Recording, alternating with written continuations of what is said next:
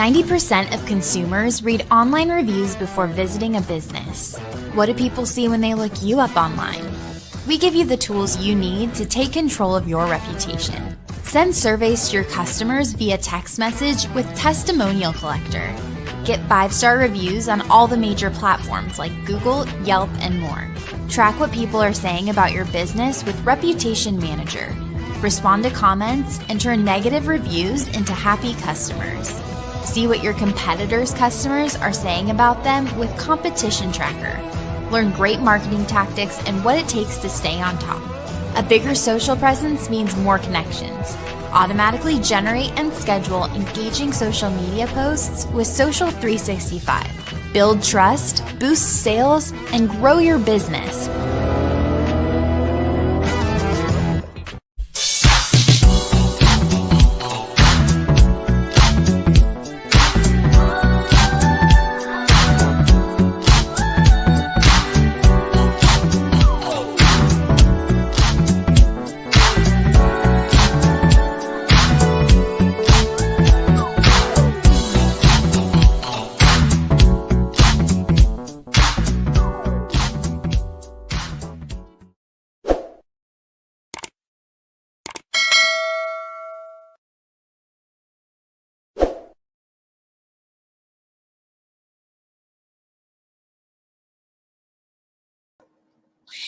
Hey, welcome back, everybody. It is Thursday, and we are back with another episode of the Entrepreneur Life Show. I'm Rose, your host, and also the founder of McDonald Bookkeeping Services. I'd like to say thank you to all of my faithful followers and listeners on one of your very favorite podcast channels. So if you are listening on a podcast app, just remember you can go to the entrepreneurlifeshow.com website and you can jump in on the live. You can watch it on YouTube or on Facebook, or just chat with us on your podcast app chat phone. If you are on YouTube, just remember you can chat with us in the super chat. So if you want to tell us where you are listening from or where you are watching from, I'm enthused and happy to, converse with you. Maybe you have some questions for our guests that you would like. So go ahead and jump in the super chat. Again, I would like to thank my sponsor. He has been such an amazing, amazing person. That would be Sean Maddox with Marketing Out of the Box. Sean Maddox, so go to my website, entrepreneurlifeshow.com. You can check him out. You can click on his link, follow, and check out Marketing Out the Box. And be sure to subscribe. Subscribe to my YouTube channel. So let's get started. So let me tell you, I'm so enthused today. I'm like nervous and stuff, like I'm like the person, like she's next to me or something. I've got like the nerves. But anyway, so who doesn't know who this woman is? Okay, she has so resonated with women, with me, and I know with you. She has a just amazing, beautiful, sultry voice. It's like a voice you can't forget. Like Whitney Houston, you'll never forget Whitney Houston's voice. You can have 1,000 people in a room and this voice. That's how this person resonates with me. And her music is so amazing and so inspirational. I know you're going to love this guest because, man, I've been following her for a while. And she's doing so much for us, not just in the music community, but as well as entrepreneurs and women. So I definitely want to get her on the show, and then we can just jump into it. And I just want to make sure, she's actually the very first female solo artist to have 3 singles hit the #1 chart. And I know you're going to know what they are, even though she has so many more. Just let me tell you, when you're going to be as excited as I'm excited right now. I'm a little nervous. I don't know why I'm nervous, but I am. I'm nervous. Okay, so let's get her on the show, on the platform, and introduce Miss KayrnWhite. Hello, hi. Hey, Rose. Hey, listeners. What an amazing show. I love your intro, the music, and I'm like, boy, okay, I didn't know that you did have a bookkeeping service and marketing out of the box. I'm like, okay, I think I'm going to be using you for a lot of things besides just this interview.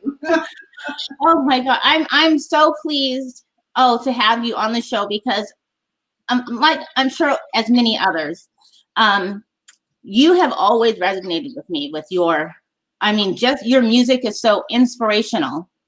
It's not, there's a different day and time today. Music is good today, but I don't buy anyone's music. And I think that when it comes to, and that's not being negative, it's hard to have, I have to have music that connects with me and a lot of people. And it's just like, you can go back to Temptations and, even if it's Whitney Houston or it just, there's music that it doesn't matter what time, it's 100 years down the line and you can still know this music. And that is why your music resonates. It touches people. It's inspirational. Can you, I want to start off by saying, I know you're a native of LA, Los Angeles. How did you actually know that this was for you? Because you started off in gospel, right? In church.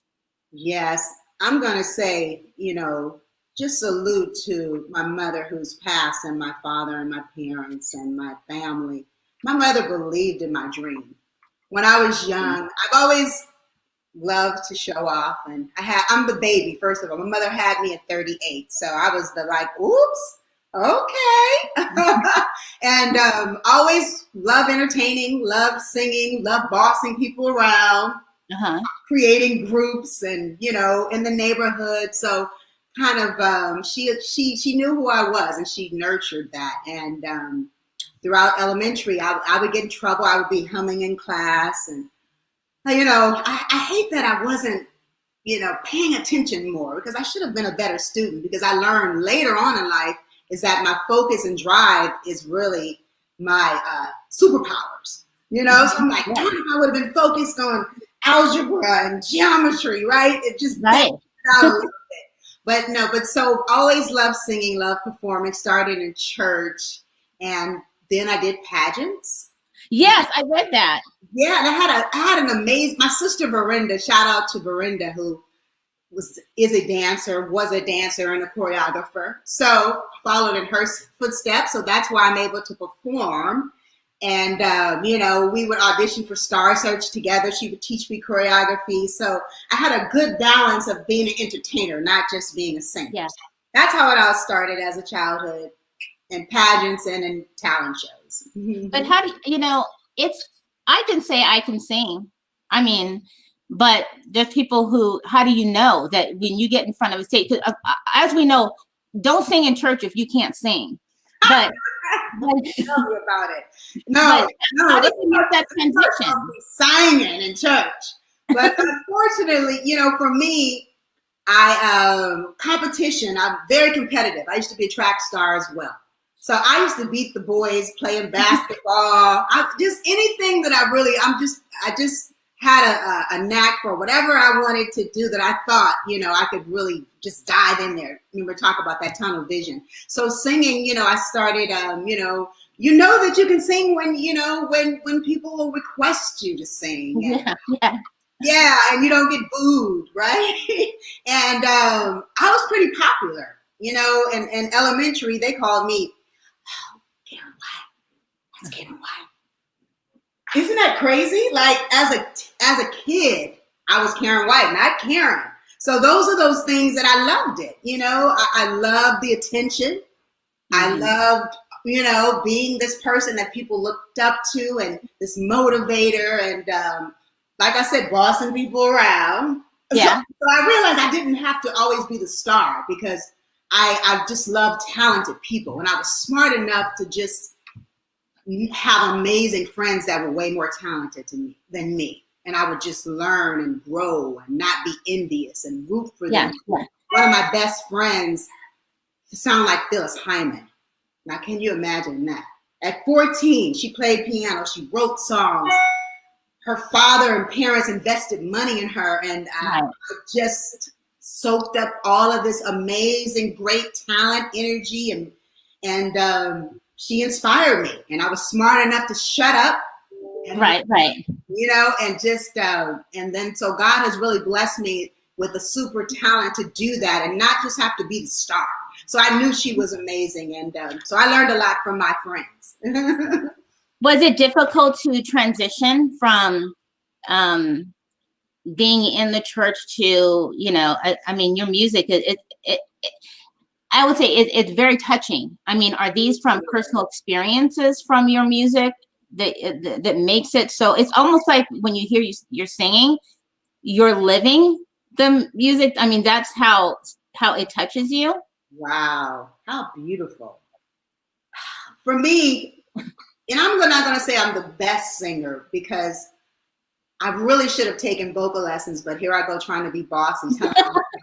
I told my mom, I don't want to take vocal lessons because they're going to change my style and I want to be soulful and I don't want to be this, pop. And I want to just sing, because it's very technical when you sing. But I didn't realize I should have, because that's a foundation, right? And then you can add your sauce to it. But okay, I didn't, right? So I didn't. So for me, soul is what I have. And that's really what I relied on. And that's why a Babyface and a L.A. Reid would go like, wow, like you really captured this music because we believe you.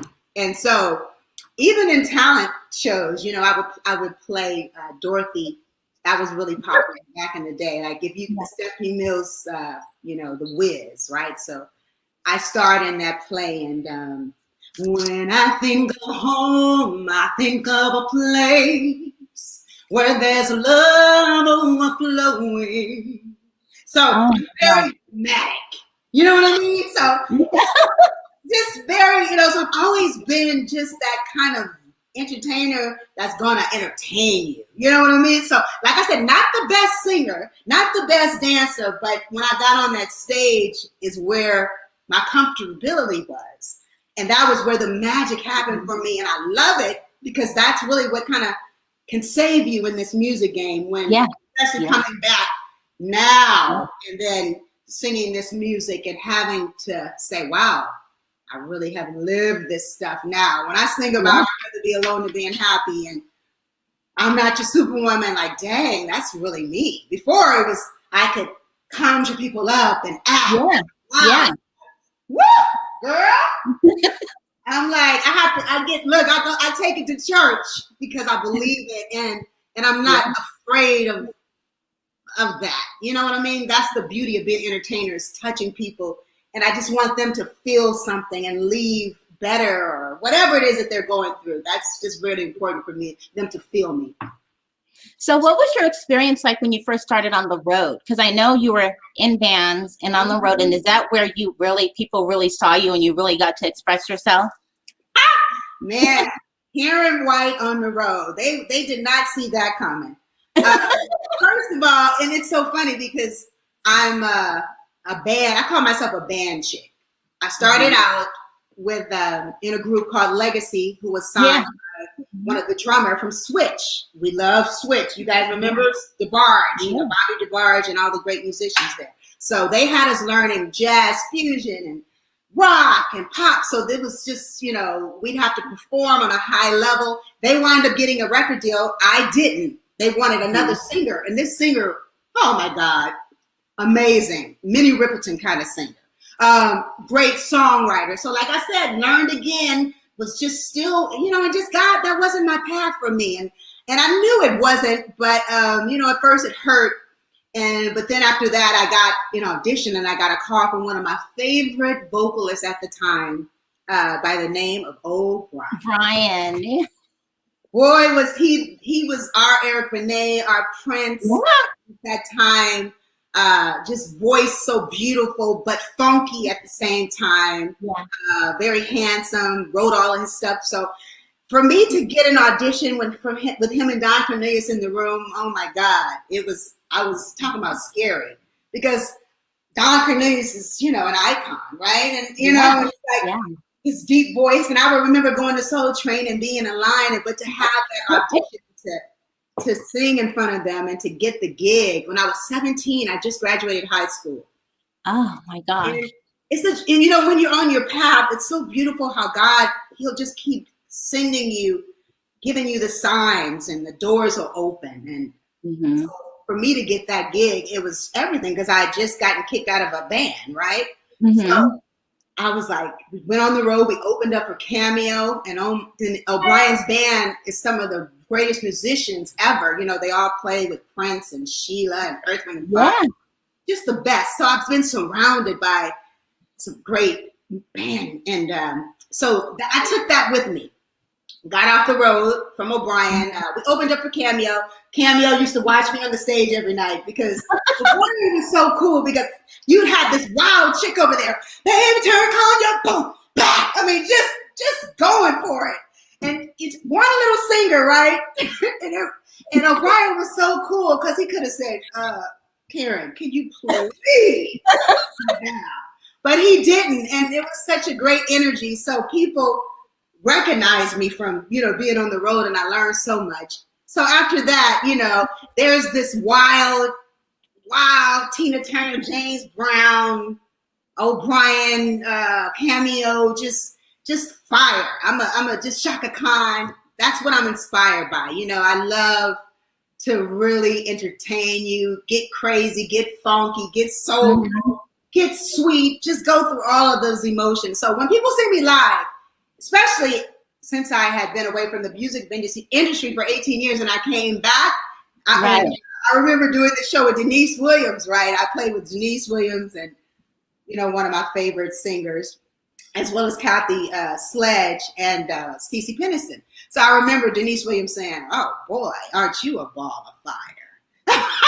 Because you're talking about all over the stage, across and back, and I don't even know where this energy comes from. But so when people see a KayrnWhite show, they're definitely like, wow, okay. So that's how, we opened up, and I just take it back a little bit. Being on the first tour was with Bobby Brown.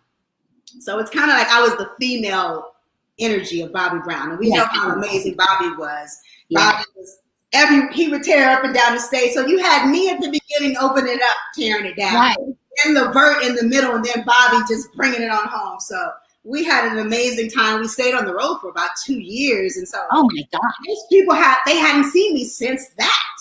So they remembered slightly, but it's a long time ago. But so for them to see me coming back into the game, even more crazy and turned up. It was like, whoa, you were 23 at that time, but now, in my 40s doing this. So, like I said, I love the stage. So I have a question from someone who's viewing on the screen, and they have a question for you. Mm-hmm. So is it Juanita Madi? And I don't know if you can see that, would like to know who your most influential male and female singers are that was inspired you.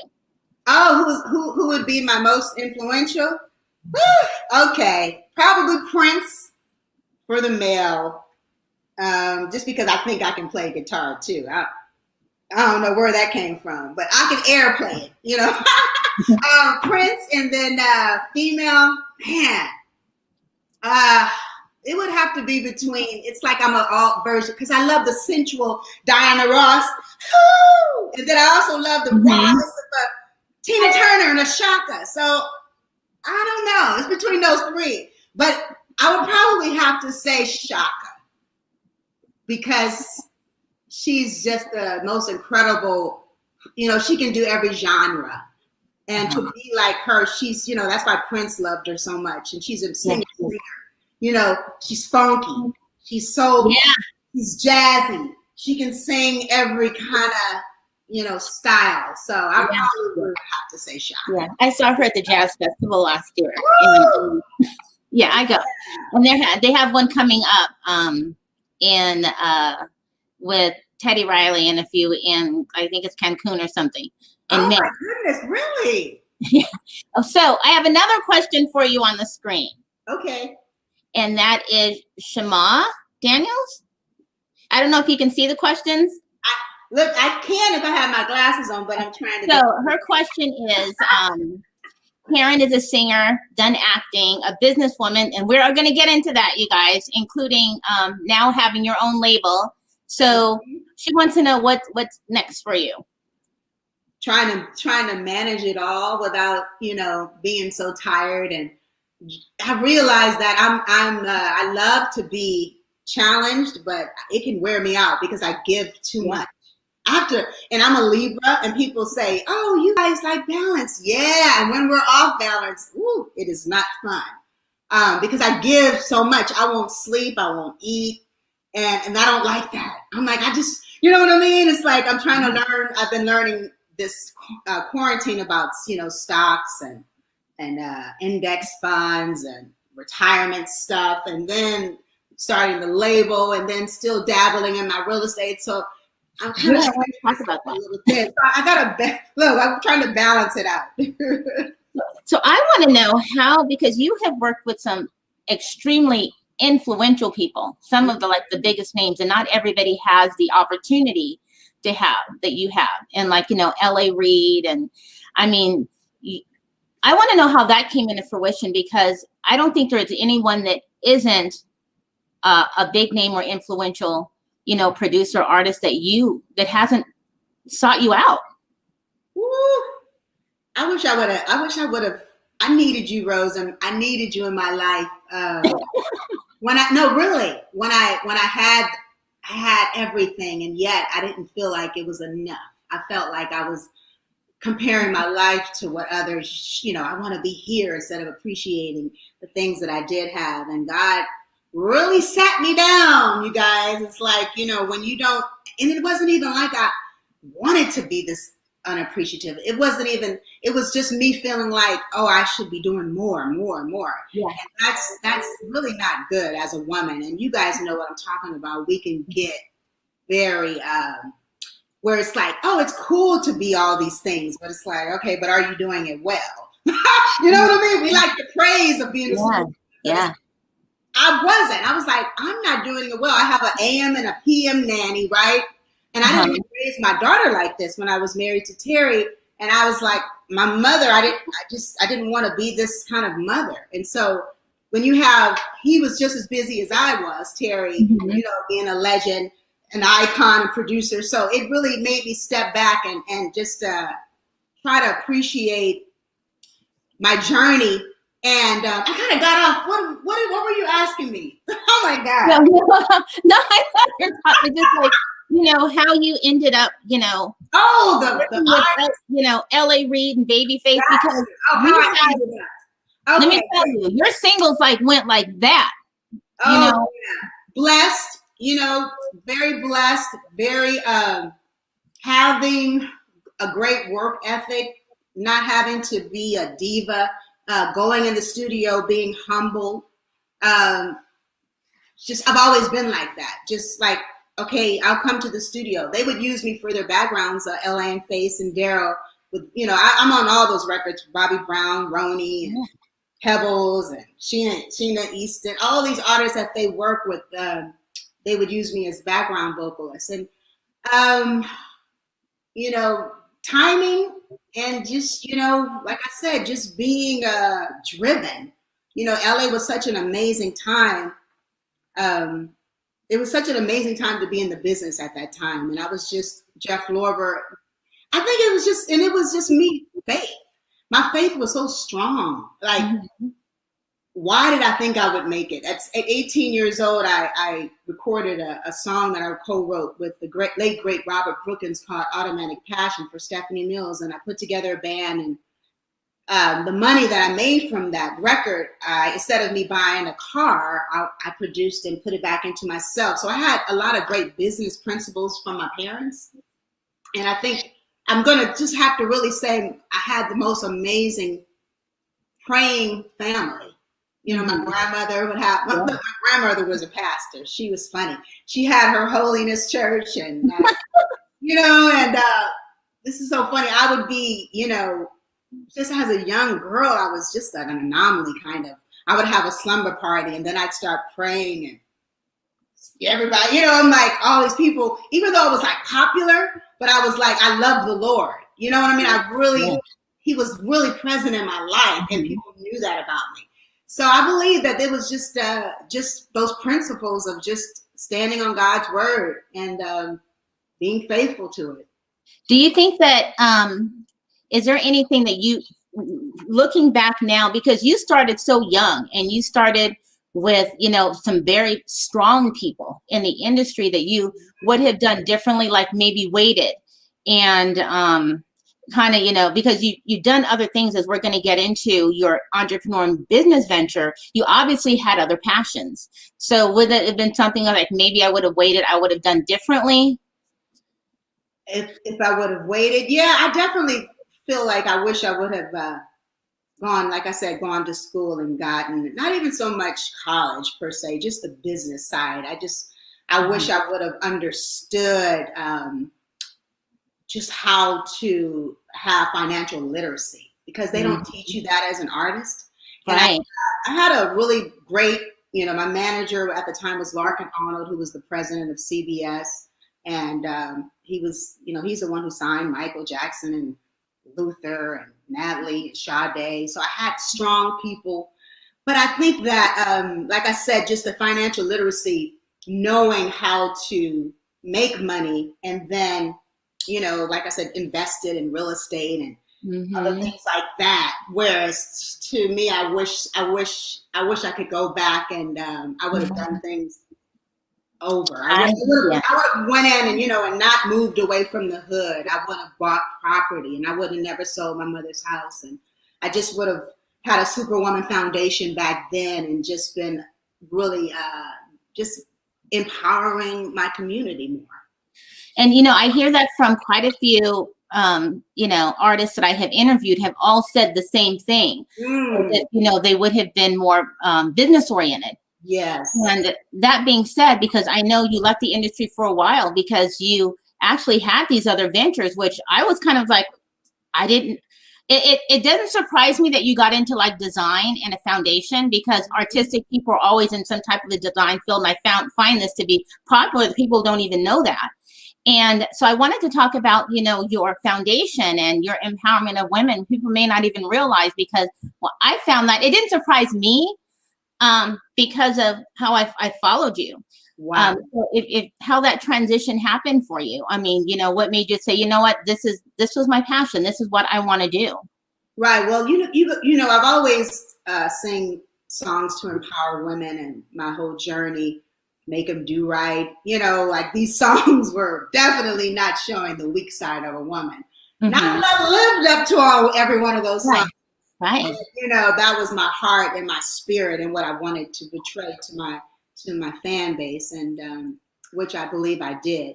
So stepping away from the business for 18 years, I never planned on quitting and saying, oh, I'm not going to sing again. But I didn't like how I was smart enough to know that you're off track, girl.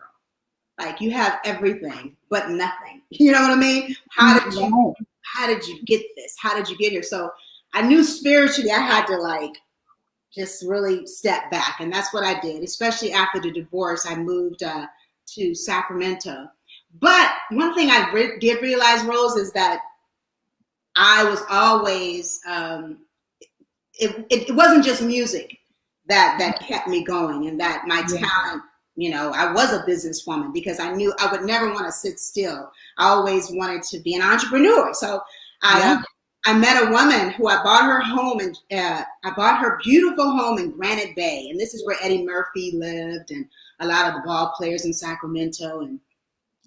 And I hit it off with her, and she taught me how to flip homes. And she would buy homes in these distressed homes in these $1 million communities, and she would make them beautiful. She would, pretty much not so much building it from the whole ground up, but she would do cosmetic things and understanding how to make a home feel well traveled, and like I went to Europe and bought this, and Italy, and and not just went to I don't know, Lazy Boy or whatever, and decorated it. So it felt well traveled. So she taught me all of this, and I was so blessed to learn. So I bought that house from her, and then I lived there for 2 years, and then I did a little bit more things, and then I sold it for like 30% more. And I realized, I was like, wow, this was fun, because I love to do it. I could still be at home with my daughter, and still pick her up from school. And so, and it was still fulfilling that side of me, that creative side.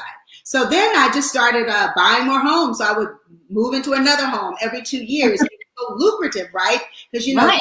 gains, you could do this tax-free. And, I'd be making $250,000, $300,000. So I would be moving every 2 years. And this is when the market was great from 99 up until 2008. So every year. But the thing is that I just, on this little bit of knowledge, because I didn't go to college, but I was just, I learned from her, and then I learned from somebody else who was trying to actually cut himself into the deal. And I was like, okay, he was a real estate agent. And I was like, well, why do I need you to give you 20%? Because he wanted me to do lease options. So I started buying homes outside of my principal residence. I started buying single family homes and, and then renting them out, doing lease options. And so I realized, I was like, I don't need him.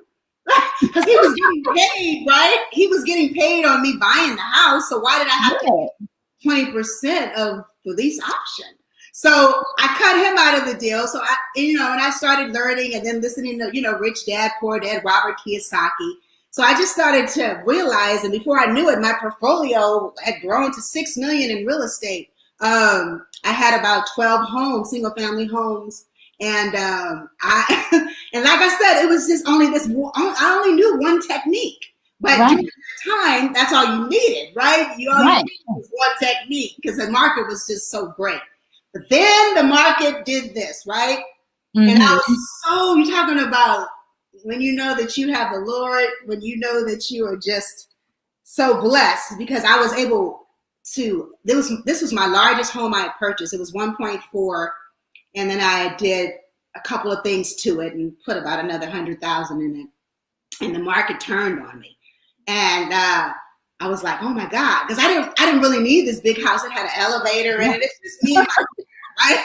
So I'm like, shoot, this was one of those, I was supposed to be moving in 2 years. And so I was so blessed to have this, what was his name? I can't even think of his name. He played for the Kings. He bought the house and everybody, it was right before everything just tanked. I mean, like this goes to show you that these you know how they have these entertainers and they have these business people, they don't really have their best, they don't really have the artist's best interest, because they shouldn't have let this guy buy the home. He paid I think I asked for $2 million and I got like $1 million, I got 50,000 less. And then as soon as he bought it, like maybe 6 months later, it just came. But God, I was so blessed to get out of that deal. Isn't that amazing? So I was like, woo! So I was like, okay. And I didn't really have the back end worked out. So and it's the craziest part. I'm like, I knew how to buy homes, how to do the lease option, how to do the capital gains, but I didn't really have the strategy right. So I sat back a while and I just said, okay, I'm just going to sit out because I had to learn more. So I started learning in 2009. And then I got back into the business. I was inspired to get back into the entertainment industry, to do reality shows. So I met with this young guy and he said, I got a $50 billion plan. And I believed him, right? So I got excited, moved to Los Angeles, and we started doing we did a project on the Silvers. You remember the Silvers? I sure do. Yeah, Blood Fever. Dum, dum. So we did a reality show and almost got picked up, but we kept having problems with our stars in the show. But I learned a lot. So then I got into the film business. I started taking lessons and then got back into the music business, because every time I would go to these meetings, they would say, KayrnWhite, we want to do a reality show on you. I'm like, it's so funny because I was running from my legend and my whole greatness because I lost faith. You know what I mean? I'm like, you guys don't need me. You got Beyonce. What do you need me for, right? Yeah, but that's not real reality. Yeah. So I got back into the business back in 2012. So do you think that, was it the real estate venture that drove you to like the interior design part of it? And then yes.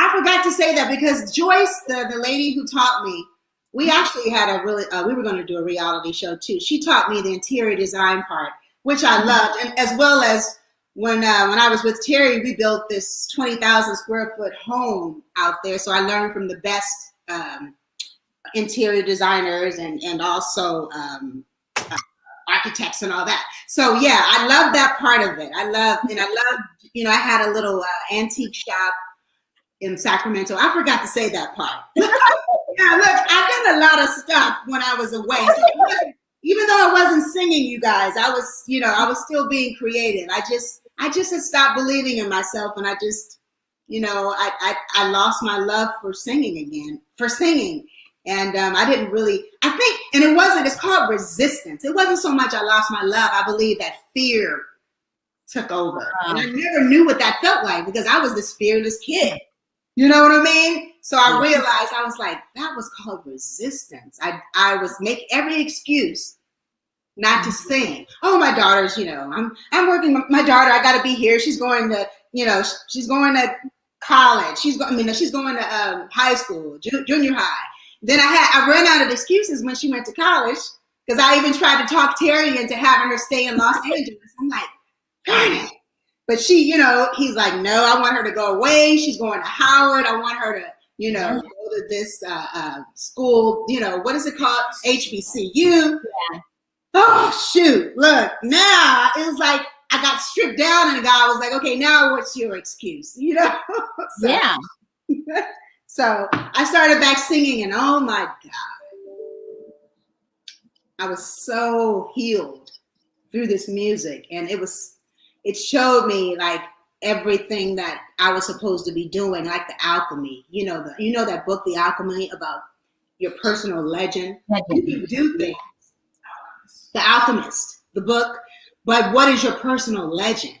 So when I would go on the road and when I went to Japan and I got off the plane, I'm seeing all these signs at the airport. We love you, KayrnWhite, and just this whole mob of people in Japan. I'm like, oh my God.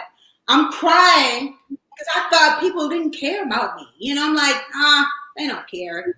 You know what I mean? I've been, how the R&B business is. A lot of my great friends, we would always complain about how, R&B is dead and nobody cares about us anymore.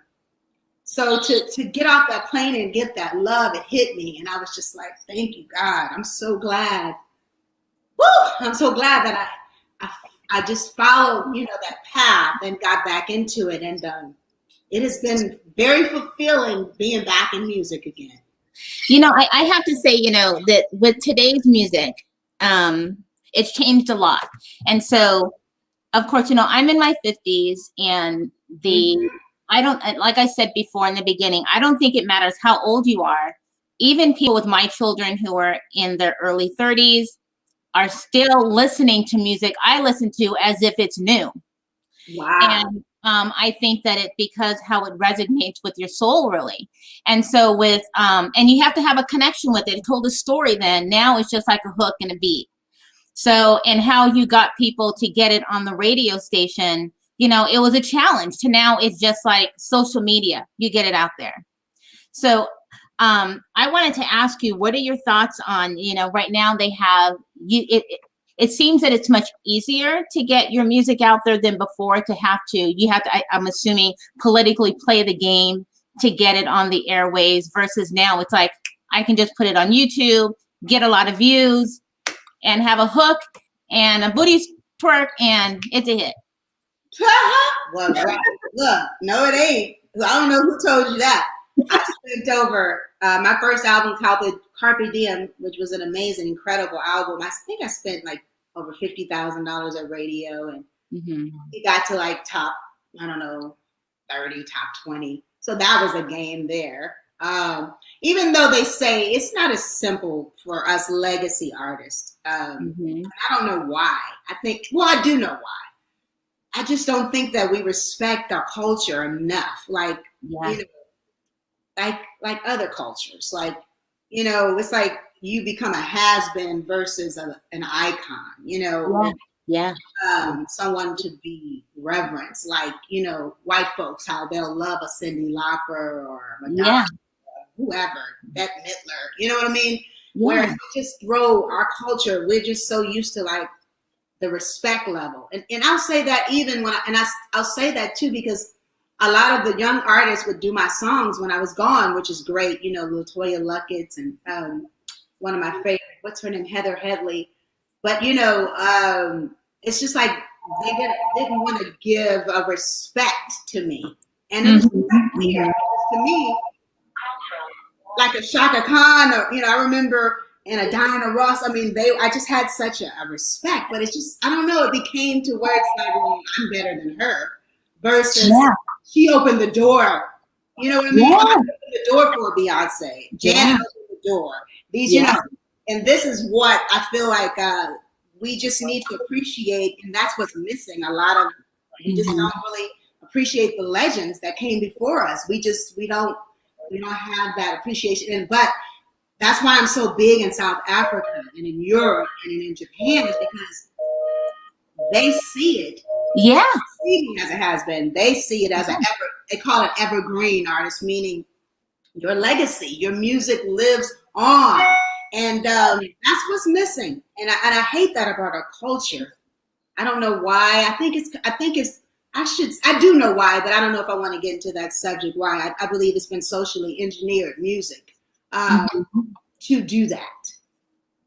And, you know, I've read where, you know, some articles on even now more than I'd say, you know, in the past, that when it comes to the marketing and the media, they like the controversy. So it's easier to put out that music and sell it versus music that is more inspirational, because, you know, it doesn't bring drama. It doesn't bring, you know, look, I can give them some drama. Y'all want some drama? No, I can't give you no drama. All I'm gonna give you is something to think about. Yes. But you know, it's okay, because the whole point is that where I'm at right now, Rose, is that find your own tribe. Yeah. That's where it's at. And that's what I've learned from people like you and all these amazing YouTubers out here that are doing it. They are finding their own tribe, and that's the new world. It's not that you're going to be famous all over the world. Yeah. You know, this huge, sell millions of records, but you have a consistent fan base that will support you. And that's all I care about. And that's what I tell myself, my label, Supernova, my artist, O'Brien, and anybody other, you know, other artists, Michael Cooper, we all talk like this. Just have your own faithful fan base that'll support you. And that's really all you need. And that's really, and we need to help each other. As artists out there, we don't. I ask people to share the music. They don't want to share it. I'm sharing other people's music. I'm like, why is this catty and ugliness? Like, this is how I'm going to help you. I have a fan base. You have a fan base. Let's all share each other's stuff. And we don't need the labels. But you know, it's like, I was able, the beauty for me was that I left the business. So I became a person. I can imagine if I would have still been in this entertainment industry, I probably would be a diva and just as crazy as some of these other artists are. They don't see the business of it. Yeah. And that's what I'm trying to share with them. I'm like, we, you know, you have your name. Like Tina Turner said, I got my name. Yeah. So it's like, if we came together, the power of us artists, what we could really do. So I'm hoping that I can be the start of that. Even me signing, you know, the legacy artist myself, because I don't care about being famous. I tell people I want to be famous at the bank. Exactly. It just depends on what your legacy is. Money just goes. Yeah. You know, how do you design your legacy to people to see you when you're gone is extremely important. Yes. And, you know, it's just, and I just, you know, I'm praying that, you know, we just keep, you know, I have my new artists who I want to talk about through Supernova and my team. Me putting out my record back in 2012 was so different. And I used Akbar in a way. He's a hip hop artist where people go, wow, why would you sign a hip hop artist? Because I understand, first of all, he touched me musically, but I'm a businesswoman and I know that people love hip hop. That's the number one sales. I think it's like, I don't know, I forgot, but hip hop has the most streams over any right now. So I would not run away from it. And I'm just learning through him, I'm like, how do I, because for me, it's too personal. I get tired of like asking people, when I had a record out, share this, buy this, please share this, buy this. You can get like wore out and you're just like, it can steal your soul to where you're like, oh my God, I keep asking these people, they gonna be like, okay. So, but you need a team. That's what was missing. I didn't have this team. So I don't have to be out here saying it, so with our, God has blessed us to have this, we have a marketing person, an A&R person, PR. And I was like, that's what was missing. So everybody does their part and it's such a strong unity. We're a business. And so that's what I've learned. And I can't wait to put out a record on myself now because I don't feel alone anymore out here like, hey, I got a record. You know what I mean? I get it that it takes a village, Do you think that that's what, from what you've learned and giving more than actually receiving is why you started your foundation? Oh, wow. Giving more than receiving. Yeah. I just knew that, I was like, I have so much, not that, like I said, I don't have a college degree. I'm not this person, I'm not this deep person, but I have a work ethic and I've done it. I have a lot of experience that I know I want to share, especially with the younger women, because I love working with young people. So this foundation was created out of me wanting to, last year, I wanted to have a Superwoman conference. And my goal is to hopefully be able to do that as things open up. That's another thing on the plate. But, talking about, how to buy the property, how to set up your S Corp, your C Corp, your foundation, just, retirement guide stuff, just knowing index fund, all the stuff that I've learned and that I know, I just need to share it because, my daughter, she's so funny. She, I'm trying to, how it is. You try to tell your parents and I'm like, tell the people closest to you. They're like, okay, yeah, Mom, I'm busy. So I'm like, I gotta get this out. You know what I mean? I'm like, there's some people that I know that, that aren't like you. You know what I mean? But she came back around. But you understand what I'm saying. You know how the people, they take you for granted. So I definitely want to share all this knowledge and have this conference and us sit in a room and have these amazing people like yourself and, just talk about, how to be a superwoman in today's world. Not to where, we don't have it all together. That's the point. People think a superwoman means you don't know. It's about persevering. I left the business. I stopped believing. That's why I can tell you this story now because I had to do all the work to get myself to where I believed in myself again. So that's what makes you a superwoman. So if I could ask, so how there's a new phrase, I don't own the rights to this music. And so people are now just utilizing people's music for free so they don't get these copyright infringement. So do you think that, when I did this with lost my train of thought, but with another artist on an interview, we talked about that, that they should be getting paid these royalties for that? Or is it just like, well, they're sharing my music, people are still listening to it, so I'm Shantae Moore. I was talking about this with Shantae Moore. Oh, Shantae, I love Shantae. And of course we want, there's that fine line of marketing, like you said, because, people are listening to it, but it's so unfair. Everybody wants to get paid for the work. And that's the whole point is that, how do we make money, as artists, the great part is if you have a catalog, that is where the money comes, licensing it out. So I believe right now, I know things are changing. Kanye was a big part of Sound Exchange and he's made us, we were able to, with Trump, he did something with the music business. We were able to get paid for more licensings on our music and streaming. So I definitely, I feel like we've given our share of give away so much music, you guys. You can go on YouTube right now and all my, my albums are there. You know what I mean? So I just think it's just so unfair, that we're expected to do this. But I do know that it's changing, and what we're doing right now, like I said, training your audience to where they will appreciate you and want to buy from you. Yeah. That's the thing, giving the value to your audience to where they like, no, I'm going to support you. You know what I mean? And that's really, I think that's where it comes down to right now, is that we have to give value to our audience to where they, they will support you. They will come to your shows and they will buy your music. Yes. They bought music. I've sold a lot of records independently. Mm-hmm. Is there anybody that you haven't worked with that you would want to work with, that you would collab with today? Yeah. young and legends, gosh, I love Raphael Sadiq. I would definitely want to work with him as a producer.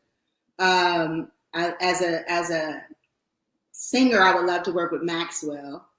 I'd love to do something with Kanye or J. Cole or Kendrick. I like all three of them. And definitely the icons, I would love to have been on that stage with Gladys, Patty, Superwoman. I got to do that. That would have been amazing to be able to do that. What's your feeling of still even being today, being the first woman, first woman period, Black woman to have the first 3 singles to hit the top of the. I still don't believe it. I'm like, that doesn't make sense. Like, how could that be? I think it's not the first Black woman. It's the first artist, R&B, first artist, R&B female. Because I don't think it was total. But I'm in the Guinness World Book of Records, and I still don't believe it. But I'll take it. I'm just like that. It's kind of weird. I don't get too up or too down. You know what I mean? But I'm excited, about all the accolades and just, but I'm more excited to perform in front of my audience and afterwards stay there and sign every autograph and hug you and love on you and inspire you. That's where it's at for me.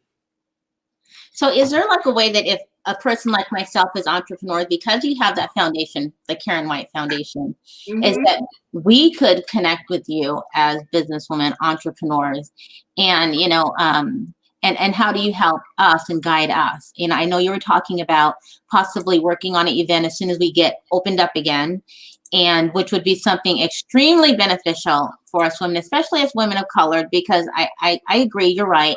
A lot of us don't work with each other, but against each other. I think there's so much more that we can. There's enough money. There's enough business out there for us all. Yeah, there's enough money, and it's just so fulfilling. And yes, woo! I mean, Black women are really. We are just some amazing people. I mean, these women are just so powerful. I'm really in awe. I'm really in awe of what we do. It's crazy, right?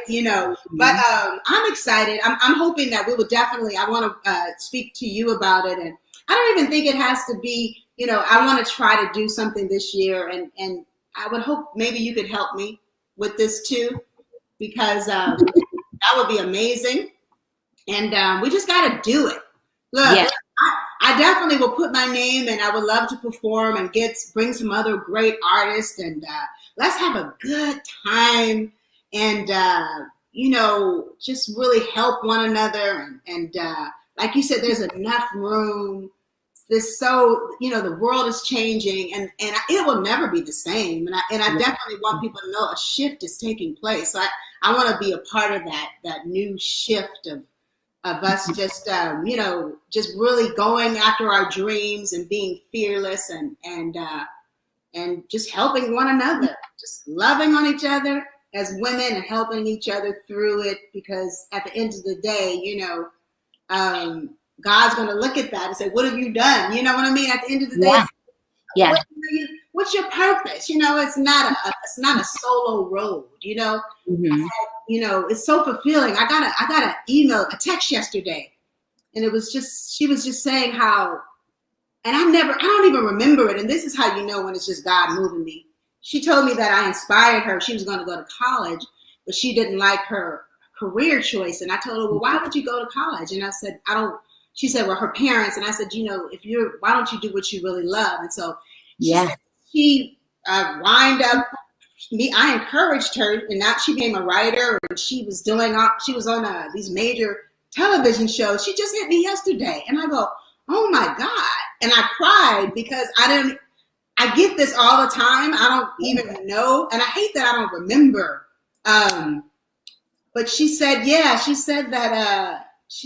she's at Loyola Marymount right now teaching and writing. And, she attributes it to me, and this me, really making her bold enough to go after her dreams. And so this is what I'm talking about. I was just like, wow, this is what it was all about. This is my purpose. You know what I mean? It's like God will send you those, because I've been having a tough time. I've been really tired lately. And God will just give you, when I was telling you those signs, and I was like, that's why I can't stop. You know what I mean? And I started crying. I was like, wow, I just got to just get a little bit better at, you guys, I got to get a little bit better at being a little bit more patient, because I'll try to do everything at once on a high level. So, what about your biopic? Oh, I know. Yeah, I know. Look, this story y'all would be like, woo, Superwoman. Yeah, but the closest thing I came to that was I did a movie. I co-wrote a movie and starred in it, you guys. You can watch it on Tubi TV, as well as I think it's on my website for a short time. I put it up. It's called Gale in the Storm. And it's loosely based on my life, and it's about me, stepping away from the music business at the height of my career, being very successful, and then hooking up with a revolutionary music producer. And he talks me back into getting into music. Very low budget, very independent and raw. So that was the start. But I definitely will, I still got more stuff to do, but we'll definitely do a biopic. I would love to do it because, like I said, I haven't been perfect, and I just want to share, some of the stupid crap I've done. And if I can help, any other person, not to avoid those negative things that I've done in my life, and that's what it's all about. So I'll fall on a sword for y'all. that would be wonderful. I actually did. I never thought I'd have an event, and I did my first event for Black entrepreneurs, and was very fortunate to have, Teddy Riley was there and did some speaking for me, and he actually happened to be my client too. So. Oh, I love Teddy. Actually, Teddy called me, texted me. He jumped in my DMs and told me we need to work together. Yeah. And a few other artists, which was really wonderful. They were able to, Stone Paxton from the original Stone City band. And so it was really to see their journey. And so I think a lot of people don't, they just see people like yourself as they live this life of just elaborate and, travel and glitzy and glamour, not realizing that, they have their journey the same as we do, just on another level. And there's other things that they do, they aspire to, just because we see them on TV. So it's wonderful that you could share some of that.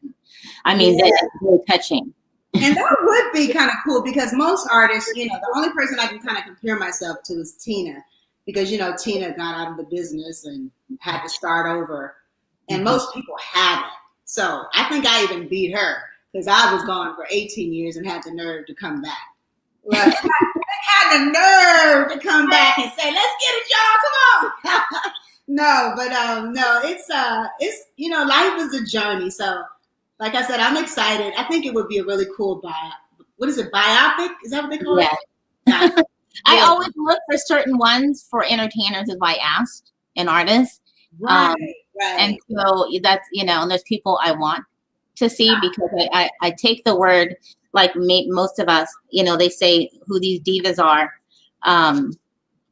You know, no disrespect to certain people today. I just don't know how they got to they're a diva, and they haven't been through the journey. They just had a whole bunch of hits. Right. So I don't know how it makes you, I don't know, a diva. Look, make you a diva, because look, that's all you know. That's all I know is hits. Like, no, lose it all, then come back. Yeah, exactly. Now you can talk to me. Right. And Exactly. that's so funny, because when I say that on stage, I say, you know, I used to, you know, I'm talking about being a superwoman is persevering, overcoming, going through some things. But today when I sing this song, and then I go into early, you know, it's a whole other meaning. And, Yeah. although, you know, I do hate that I left, but in a way I don't, because I grew up. I was, you know, I had everything. So for me to, you know, it just really made me such a stronger woman. My faith is stronger. And I'm excited about who I was. Still got to get out of my introvertness. I'm a little introvert. I love this side, but I can also be just as quiet and by myself. So it's like, I got to work on that, because for social media, I'll be going high. Woo! Posting every day. And then it's like, I have to keep posting. I'm tired now. So y'all hanging there with me. Trust me. Yes. I have my little woo. I'm like, I don't really have nothing to say. I'm working right now. Well, I really want to thank you for just, you know, accepting my invitation. I know my listeners are just loving this. I'm loving this. I know there's so much more in depth, and you have so much more to tell and to show. And, you know, I really, really appreciate you. I'm definitely, I wouldn't say, I think a fan is very limited of the word. I just appreciate your music, your person. And so you're very inspiring, I think, for like you said, the women that I resonate with. They are the ones that give the path to do things like this. Wow. And so it's very, you're very inspirational. So I'm waiting to see more. Always looking to see more, and I'm sure my fans are as well, or my followers. I don't have fans, I follow. Yeah, so, your followers, huh? Well, thank you, Rose. It's been a pleasure. It's been really fun. It was very, I opened up, and it was good for me to just be free here today with you and just have fun with your audience. Thank you guys so much for joining us today. And so follow me, follow my artist, Akbar the Great, Akbar the G8, as well as KayrnWhite Official on IG, Facebook, and Twitter. And hopefully I'll be doing a live show for you guys that I'll be putting together soon. And I'm excited about that. So then you guys can see it from home, because I'm not, you know what I mean? I want to do it. I know I never did it. Everybody else has been doing their shows. So so I'm like, it'll be fun to do it. So look for that this summer, and sign up, please. So you guys will be the first to know. KayrnWhite, KayrnWhite, white.me. Thank you so much. And thank you guys for everyone who has been listening and who has been commenting. I appreciate you. Just make sure that you subscribe, and you can see the interview on the replay live if you go to the webpage, entrepreneurlifeshow.com, or on YouTube on the replay, how to connect with Ms. KayrnWhite. And maybe she'll, you know, connect back with you. And if you're listening on the podcast, on the replay. And we will see you guys next week. Thank you all. Thank you, Ms. White, again. You're so lovely. Yeah. And yes, I actually pay for the music that I download. So to everybody, see you next time, you guys. Bye, everybody.